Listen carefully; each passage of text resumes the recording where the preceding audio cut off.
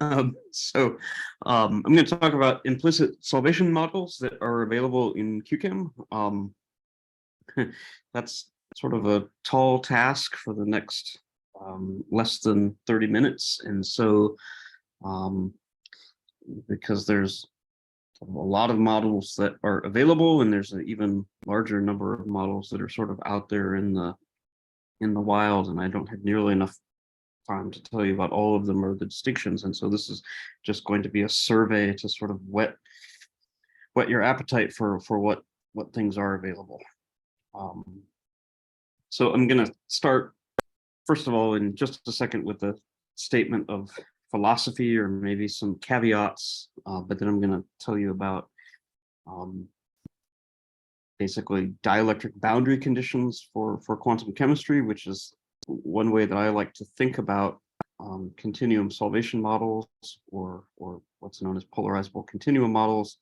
Talk a little bit about the basics of that theory, and then move on to talking about two areas of application: absolute solvation energies, and then non-equilibrium methods that can be used to describe solvetochromatic shifts for excitation, vertical excitation, and ionization energies. Right? So the basic idea here, continuum electrostatics, is sort of shown in cartoon form.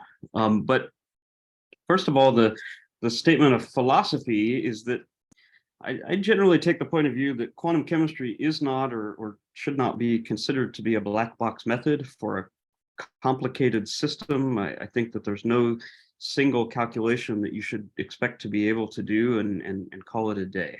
But I think you really need to approach problems from a variety of angles. Sometimes users don't like hearing that, but I'm going to say it anyway. And I would say that implicit solvation models are even less than that. And so maybe my takeaway, and I say this as a person who's worked on implicit solvation for maybe approaching a dozen or so years, is keep your expectations low and maybe you won't be disappointed. And I think that maybe the best way to think about continuum electrostatics is that it is better, more appropriate boundary conditions as compared to vacuum boundary conditions for doing quantum chemistry calculations that are supposed to model condensed phase environments. I see a lot of papers that I get asked to review in the engineering literature, and maybe that I've stopped reviewing for the engineering literature, where the authors sort of want to dial up one solvent by name and push one button and expect that all solvation effects are taken care of. And fortunately or unfortunately, it just doesn't work that way. There are a lot of models. This is a screenshot from the Q-Chem manual that may not even be totally up to date. I think is basically up to date. I'm certainly not going to talk about all of these, and there's other models that are not in Q-Chem. I did write a reasonably comprehensive review article just a couple of years ago that's cited here and will be cited on several of my slides, and I suggest that that's a starting point to learn more than what I can tell you in the next 20 minutes.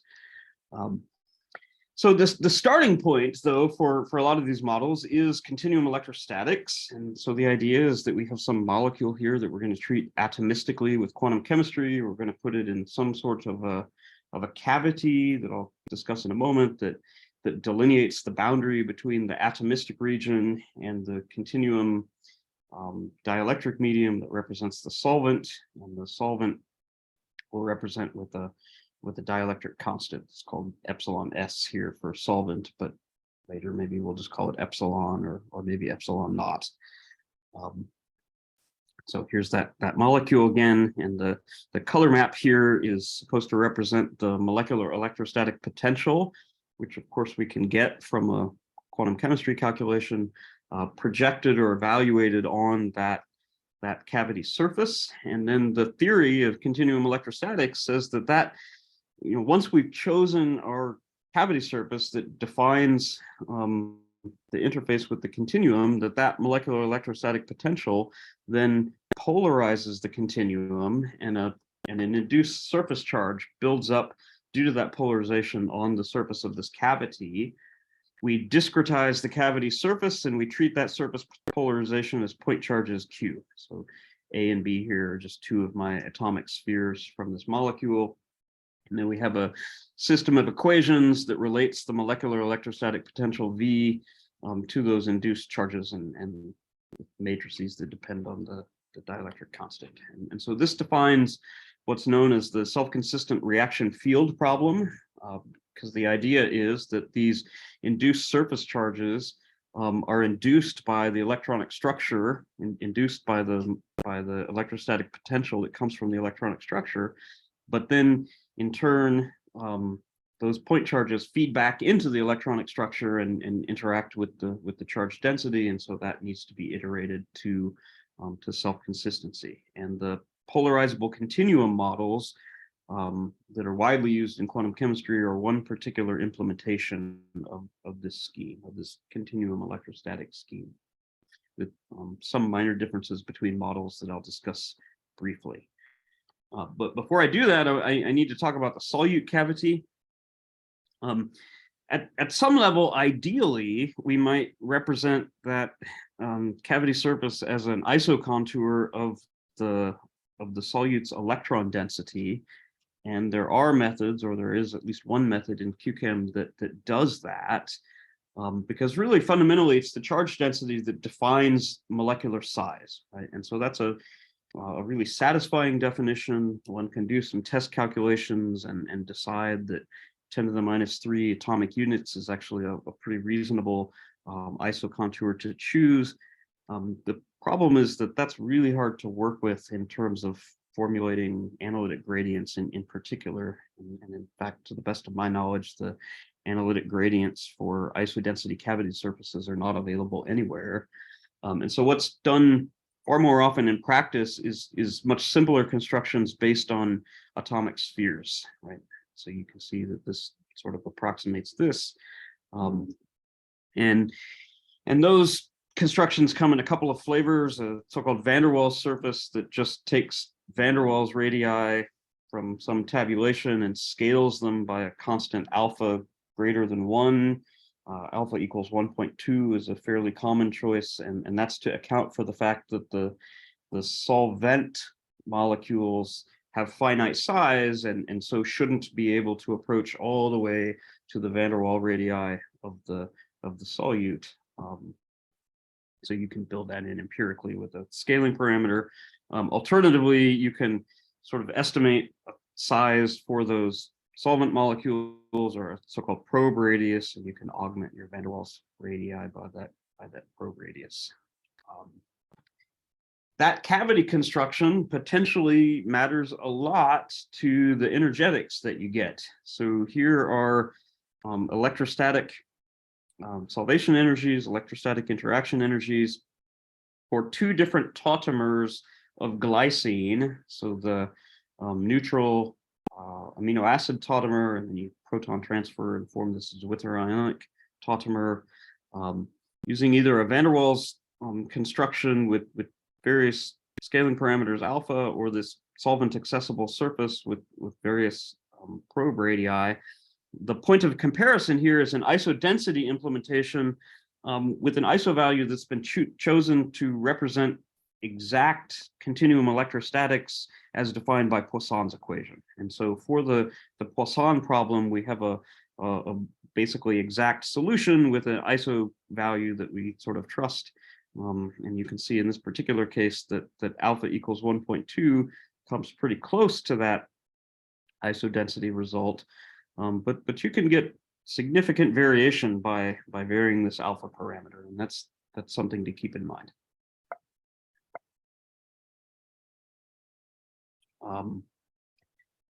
See, so I've been discussing polarizable continuum method as if it's one hegemonic theory, but in fact there are flavors, and I want to just compare them here for a set of small molecules and ions in a low dielectric solvent and then in water. And the green column here are electrostatic solvation energies that come from solving Poisson's equation, so that's the exact value. And what one can see is that this so-called conductor-like model, CPCM, with slightly different dielectric scaling factors depending on whether we're dealing with a neutral molecule or an ion, does a pretty good job of reproducing exact Poisson electrostatics. This formally more satisfying, more sophisticated model SSVPE, which in other places gets called IEF PCM. There's some very minor differences between those two things that aren't very important, but on paper, either one of those models is a better model for low dielectric solvents, but in practice, the differences are, I would say, well within the intrinsic accuracy of the model. And CPCM is a lot simpler, which to the average user means that generally is implemented for a lot more things, in a given quantum chemistry code. Okay, so I'm not going to show you too many real examples because there's simply too many variations, but just one example to sort of calibrate how we look at these things. This is an output from a PCM calculation with Q-Chem. The default is CPCM, so that's what we're getting. And you can see there's an electrostatic free energy here, G electrostatic of 48 kilocalories per mole. That SCRF problem minimizes a free energy functional G naught that consists of the vacuum energy functional. So that's your DFT functional, or just the expectation value of your gas phase Hamiltonian for a wave function method, plus a solvation part, and we lose half of the solvation energy to work, and so the electrostatic solvation energy is half of that, and that's what gets printed out in the red box. The reason to belabor this very simple example is to note that these energies here that are labeled as cavitation, dispersion, repulsion, those don't come from the Poisson problem. Those are so-called non-electrostatic effects, everything that goes beyond the solution of the Poisson problem. Those are all zero here because they're not defined within PCM, which is really designed to approximate solution of the Poisson problem. And so those need to be parameterized separately. And so the thing that I want to emphasize here is that electrostatics is not solvation, right? It's one component. Maybe it's the largest component, maybe it's not. So with that, I want to move on to talking about models for solvation energy, and to get absolute solvation energies, one absolutely has to deal with those non-electrostatic contributions, things beyond Poisson's equation. And for those, before I move on, probably the most widely used methods in quantum chemistry are the so-called SMX models, solvent model X of Kramer and Trular at Minnesota, where X in Q-Chem is either 8, 12, or D. I'll show you some data from each of those, starting right now. So these are error statistics in delta G of solvation with respect to experiment, comparing, first of all, an electrostatics only model, CPCM, that I was just talking about, in which I told you doesn't have enough physics to compute absolute, or to capture absolute solvation energies. And you can see that in the error statistics that are listed here in kcals per mole. So the best that we do is 1.6 kcal per mole error for aqueous neutral solvents, solutes, but other things are much worse than that. If we take the SMD model using CPCM for the electrostatics, but building in the non-electrostatic terms in a parameterized way that's wrapped up in the definition of the model, then all of a sudden the results are much better. And so sub kcal per mole accuracy for aqueous neutrals. Errors for ions are still larger because ions are fundamentally harder. The solvation energies are much larger.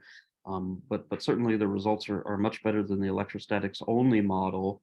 And then IEF PCM I'll hardly talk about, because if you replace CPCM electrostatics with IEF PCM electrostatics to 2 significant digits, results are the same. Okay, one more table of error statistics, this time just looking at solvation energies in water. I told you that we have SMX in Q-Chem for X equals 8, 12, and D. There are differences between those that are explained in the Q-Chem manual, so I won't take the time here. But here are the error statistics.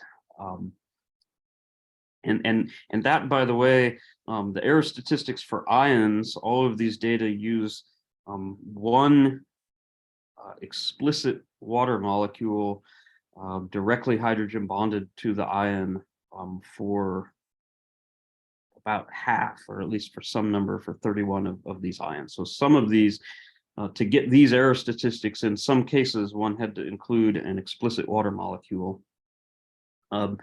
This CMIRS model was originally developed by Dan Chipman and then implemented in Q-Chem by my group. And it is a closer to first principles treatment of the non-electrostatic terms with far fewer parameters than the SMX models, although available for far fewer solvents. And importantly, gets error statistics that are slightly better than SMX without the need for explicit water, and that's by design. So the numbers that you see here are really state of the art for absolute solvation energies. CMIRS is based on an isodensity cavity, and that means that it doesn't have gradients, and that is a limitation. So the last topic that I want to talk about today are vertical excitation, vertical ionization methods. So the idea there is that I'm going to want to solve a state-specific version of the Schrödinger equation where the first term here, HVAC, that's my HVAC. It's a funny acronym, but that's my vacuum molecular Hamiltonian. The R's are the SCRF solvent response operators.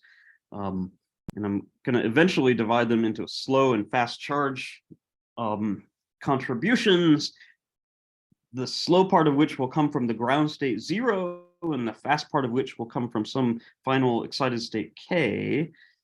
And the issue is that the definitions of the K part is going to be changing as we iterate on the excited state. So most of our excited state methods involve some sort of iteration.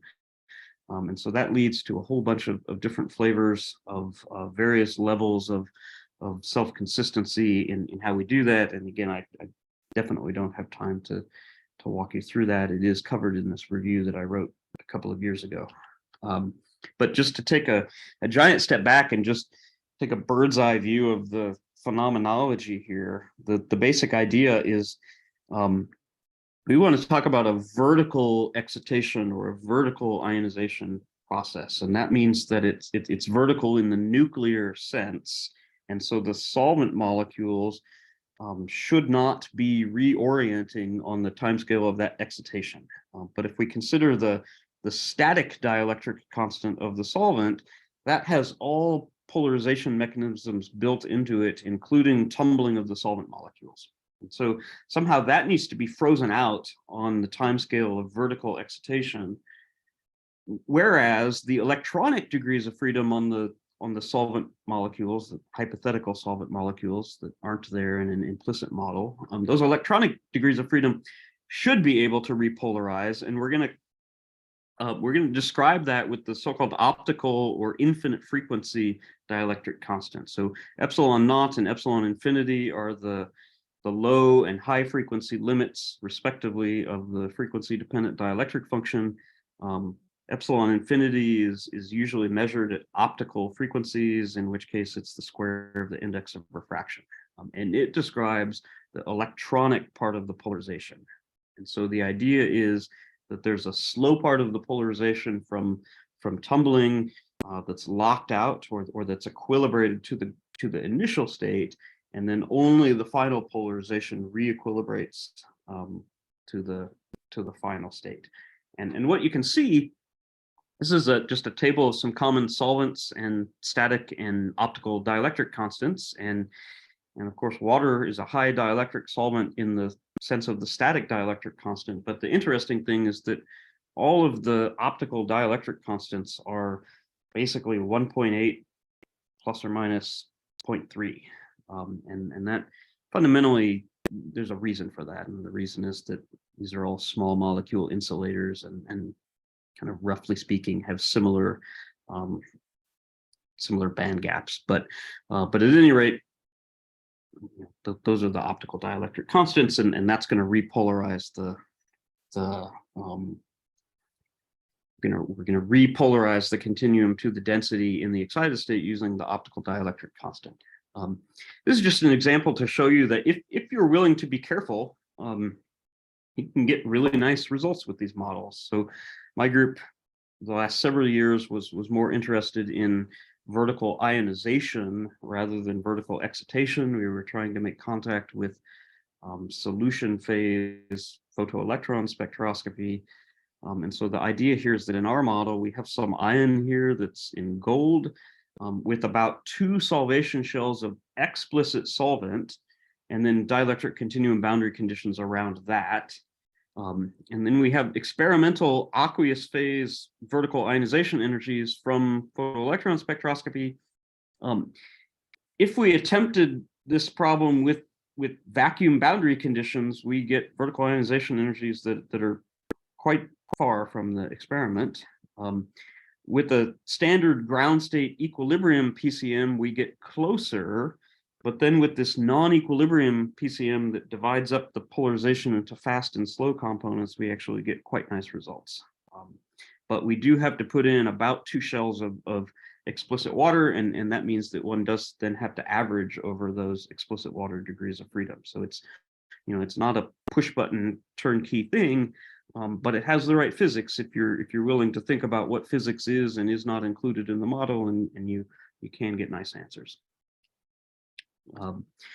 Just by way of one last input, or one last sort of Q-Chem specific example, few odds and ends that are worth knowing is for excitation energies, you may want to worry about whether or not you're using the relaxed density to polarize the continuum. In principle, using the relaxed density is the right thing to do, but it's a little more expensive. Some keywords that you can look up in the manual when you forget them later about how to turn on the non-equilibrium components, and then static and optical dielectric constants that need to be specified. There's an output here. I think the idea is that our excitation energies, h bar omega, within this non-equilibrium formalism from ground state 0 to excited state k, that's given by a 0th order part that's computed in the frozen reaction field of the ground state. That's the parentheses 0. And then there's various corrections, and we have implemented both state-specific and linear response corrections that I don't have time to describe, but which are described in the manual. Okay, and so with that, I think I've saved a few minutes for questions. Let me just show you the names of the people in my group that have worked on continuum solvation over the years. I did give a webinar sort of in conjunction with publishing this review. I gave a webinar, I think it was about 2 years ago, that goes into more detail. This is about 1/3 of the slides that were in that webinar. So I encourage you to take a look at that. You can access it from the Q-Chem webpage.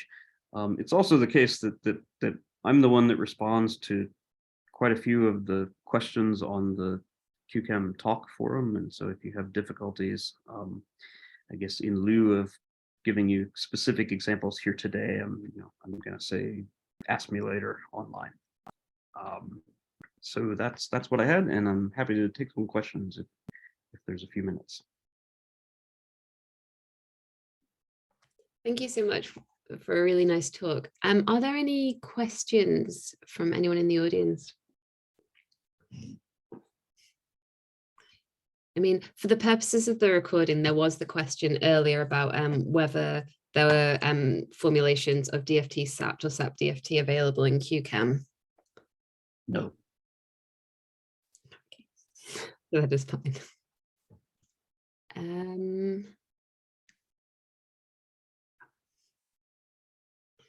Okay, and then there was a question about whether these slides are going to be available on the Google Drive in the same way that a lot of the other slides are.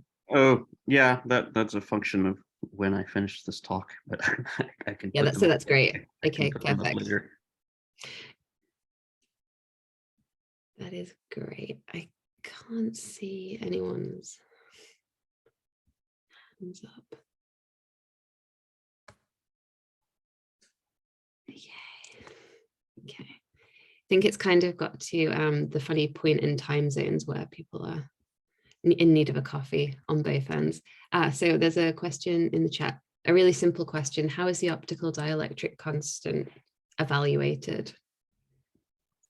It's the square of the index of refraction. So in practice, you look it up. And starting with Q-Chem 6.1, so not right now, but starting with the release in May, I just checked in a way to be able to specify that by solvent name for fairly long list of common solvents, but I may not have covered your favorite solvent. And so the best way is just to look it up and enter it as optical dielectric. Sure. And then, so another question, should we change the van der Waals radii of the same element if the charges change? That's a good question. And the answer is unclear. Physically, it feels like they might, like the the size might change as a function of oxidation state, right? And by how much, a better chemist than me might have a ballpark number. I don't. There was a slide in my webinar. I specifically suggested that might be one. I took this out for want of time, but I had a suggestion that might be a case where the CMIRS model, which is a little limited because there are no gradients, and there are no gradients because no one knows how to do gradients for isodensity cavity.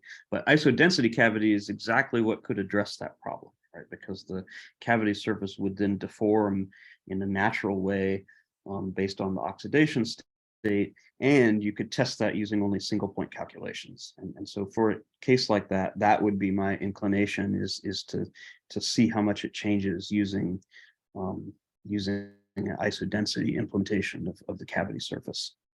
But it's a great question.